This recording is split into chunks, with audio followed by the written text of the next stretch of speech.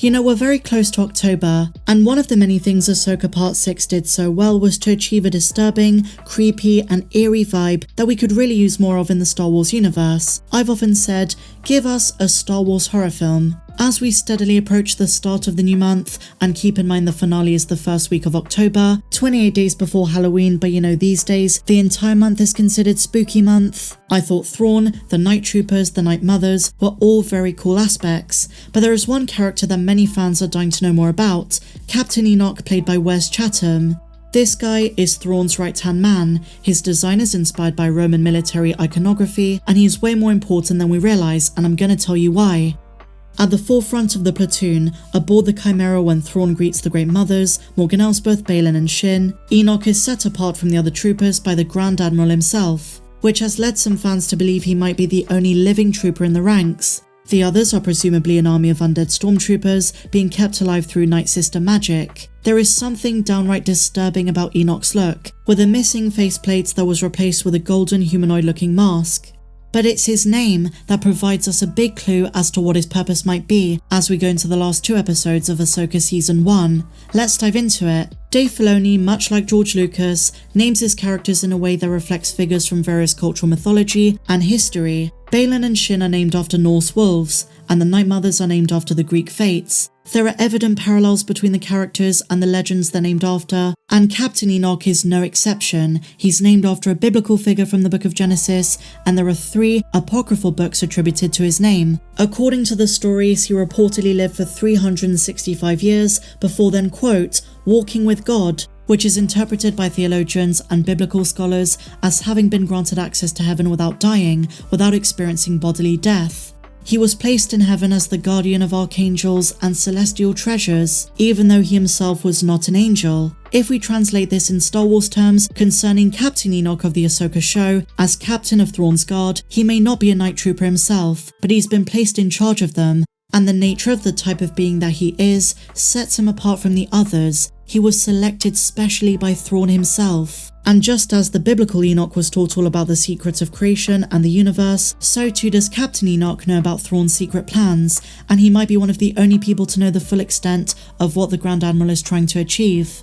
Some have suggested that Enoch is Rook's replacement after the Nogri's death in Star Wars Rebels, a new bodyguard of sorts. If this is the case and we're making parallels to Heir to the Empire, then the Nighttroopers might fill the canon role of the other Nogri, the ones that our heroes Luke, Han and Leia have to deal with on the planet of Bimisari. What I find really interesting is that Enoch speaks both Galactic Basic, or the language we understand, so English in this context, and he speaks a mysterious alien language, one that could be tied to the Night Mothers or Peridea generally. And while there is no doubt an organic being under there, he is very cyborg-like. And there is something he says to Sabine which could give us a clue as to both who Enoch is under the armor and what happened to Thrawn's crew, the Imperial commanders and officers. Where were they? We didn't see any on the Chimera, at least not yet. When Sabine mounts Howler and she's about to go find Ezra Bridger, Enoch tells her die well, but he also gives her a warning. He says nomads wander this wasteland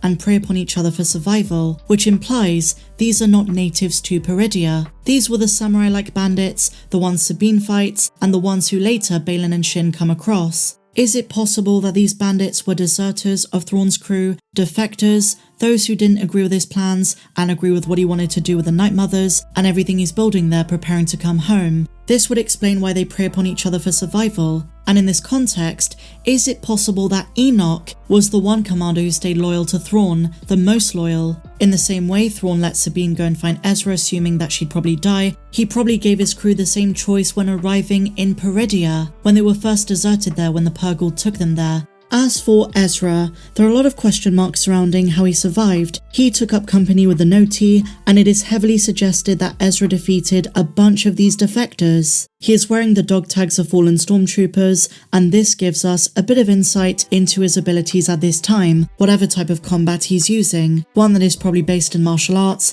and he uses that power to protect the Noti, who we presume have been feeding him, sustaining his exiled existence. The Noti probably demonstrated more favour towards a kind-hearted Jedi like Ezra instead of ex-Imperials. Just a theory, but that could explain why we didn't see any of his crew, unless they've been turned into Nighttroopers. There are so many questions about Peridea, how Thrawn survived, and what's been going on all these years. I'm sure the Night Mothers told him about the death of the Emperor, because they have the foresight using their magic and they've been in contact with Morgan Elsbeth. But who do you think Enoch is? Let me know in the comments down below.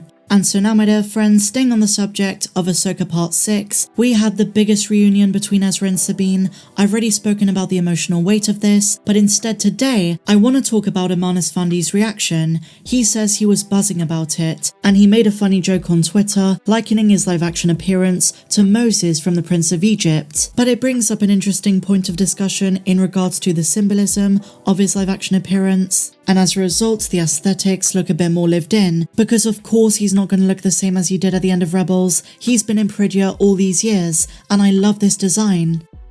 And so now, my dear friends, we have some awesome news for Ahsoka, and this is an update to something we spoke about a few weeks ago, but now there is more concrete data, and it's looking very good. I'm talking about Ahsoka's viewership. So we looked at the Samba TV numbers, and today this is from Deadline, and they say the following. Ahsoka debuts at number 2 amongst Nielsen's streaming originals, with Suits still going strong atop overall list. They say the latest Star Wars spin-off Ahsoka fought its way to number 5 on the overall list, and number 2 among streaming originals. This is just for the premieres of the first 2 episodes, and with just under a week of viewing, the episodes tallied a total of 829 million viewing minutes. Nielsen credits both Disney's marketing for the show and the change of release on Tuesday evenings instead of Wednesday mornings, a time which is reported to be permanent for Star Wars and Marvel. And just from my own perspective as a Star Wars fan with a platform, just seeing dialogue and discourse about various shows, there really hasn't been this much hype for a series since Mando Season 2. I mean, sure, fans were pumped about Andor, Kenobi, Book of Boba Fett, but nothing like this. Seriously, Ahsoka's gotten the fandom, super hyped for what's to come, and fans have a ton of faith in Dave. They already did going into the show, but this series has cemented that confidence and has reinforced that his ideas are some of the best, if not the best, and modern-day Lucasfilm, keeping in line with George Lucas's vision and giving us stuff that we want to see. After so many complaints of a lack of lightsabers, we cannot say this for the Ahsoka show. It's exploring so many aspects of the Force, whatever it is Baylan is seeking, Ahsoka, Anakin, Baylan, Shin, Thrawn, the Night Mothers, and we're not even done. 2 episodes to go. Very exciting. Share your thoughts on everything we spoke about in the comments down below. If you enjoyed this video, guys, please be sure to give me a big fat thumbs up, subscribe if you're new, and I'll see you in the next video. May the Force be with you, always.